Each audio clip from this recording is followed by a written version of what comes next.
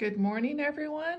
Today we are doing 1.3, which is on the difference of squares, the perfect square trinomials, and the sum and difference of cubes. Now, normally I would do this in 2 days, so I decided to just make 3 separate videos on this. And the first one I'm going to do is difference of squares.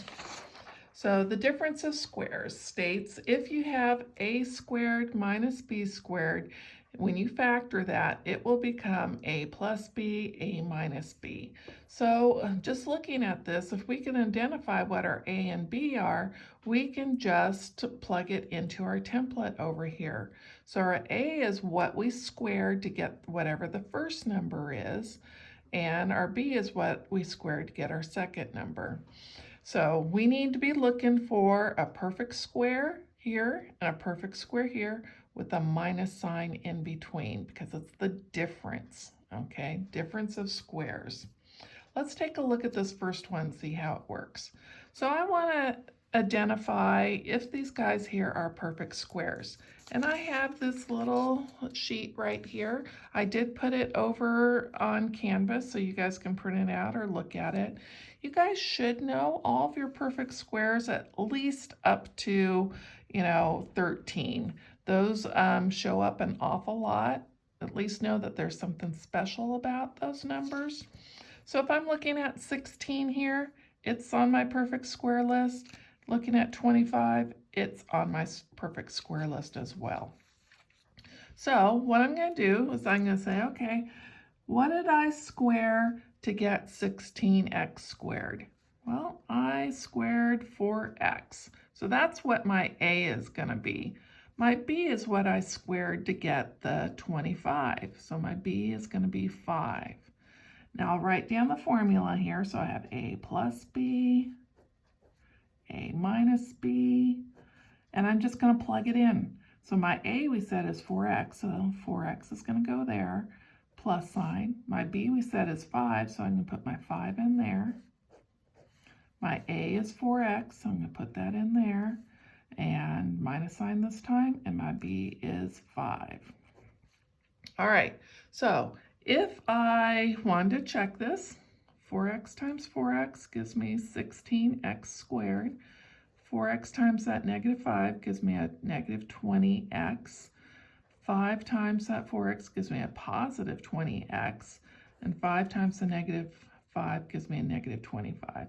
Well, these two right here are like terms, and they're also opposites. So that'll give me a 0x, which is 0.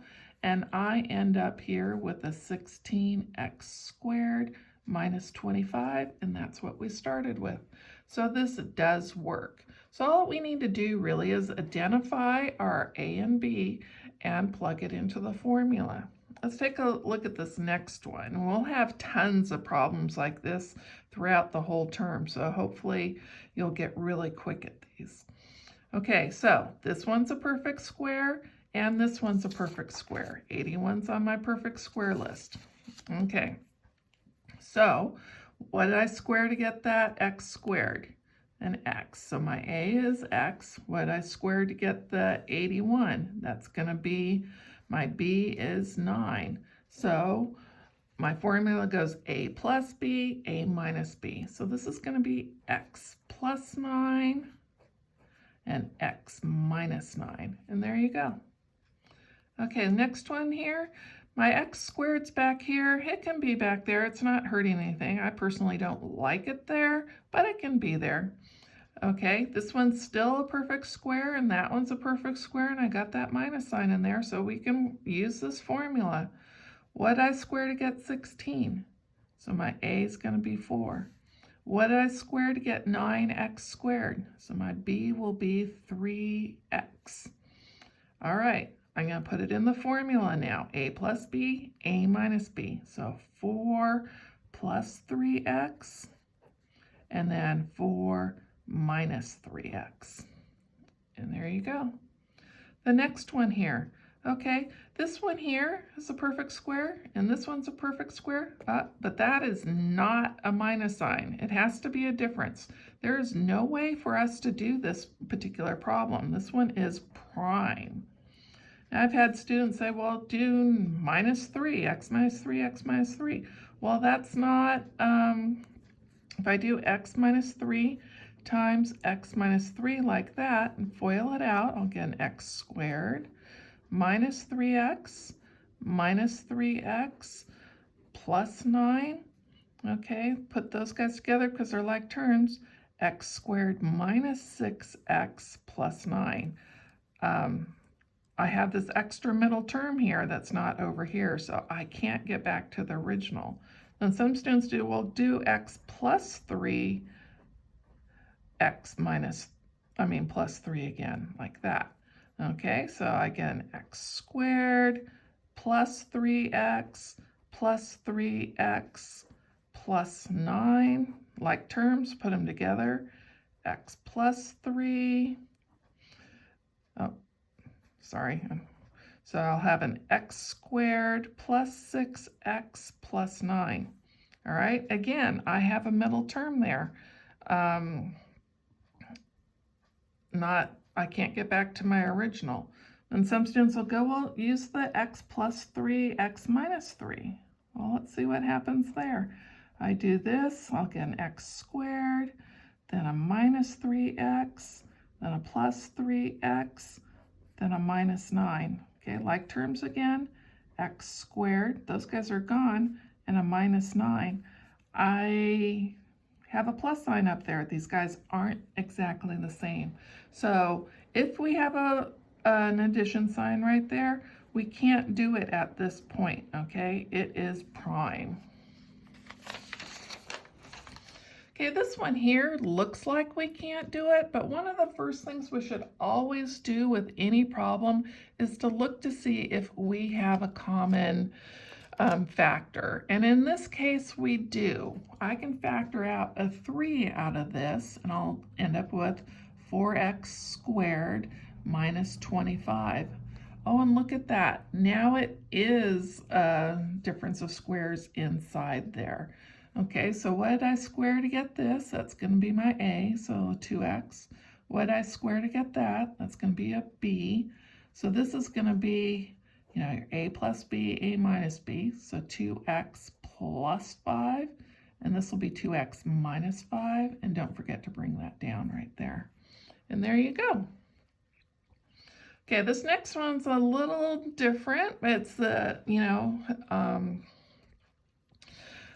it can be done using this. So x to the 4th. Well, x to the 4th really equals x squared squared, right? So what did I square to get x to the 4th? I squared x squared. So my a is going to be an x squared. And my b is what I squared to get that. So that's a 4. All right. So let's put it on our template. That'll be x squared plus 4 and an x squared minus 4. Well, this one here, we can stop on that one because we got that plus sign there. But this one here is still a difference of squares, so we can still keep going on that. So my a in this case would be an x, and my b in this case would be a 2. And put that in the template, I'd get an x plus 2 and an x minus 2. And I need to bring this one down. So that's an x squared plus 4 right up front there. And there you go. Okay. All right, now we also have to solve a few of these. I got an equal sign in there, so we're going to have to solve this. And remember, we need to use that zero factor property when we solve, and to use the zero factor property, we have to have a multiplication problem, and this is not multiplication. We got that minus sign there. So I need to factor and change it into a multiplication. Okay, so 36 is on my perfect square list, 1's on my square list, and I got that minus sign there. So what did I square to get 36x squared? Well, my a is going to be a 6x, and my b what I squared to get this, which would be a 1. So I'm going to have a 6x plus 1 and a 6x minus 1 equaling 0. Okay, so zero factor property, I'm going to make my two little mini equations. 6x plus 1 equals 0. 6x minus 1 equals 0. Let's solve for x now, so I'm going to move the 1 over. I'll get 6x equals negative 1. Then divide by 6, so x equals negative 1/6. Over here, again, we're solving for x, so I'm going to move the 1 over, and I'll get 6x equals 1. And then I am going to divide by 6 on both sides and get x equals 1/6. Now, sometimes you'll see someone go x equals plus or minus 1/6 like that. That means the exact same thing. Unfortunately, we don't have a plus or minus button on the computer for inputting our answers.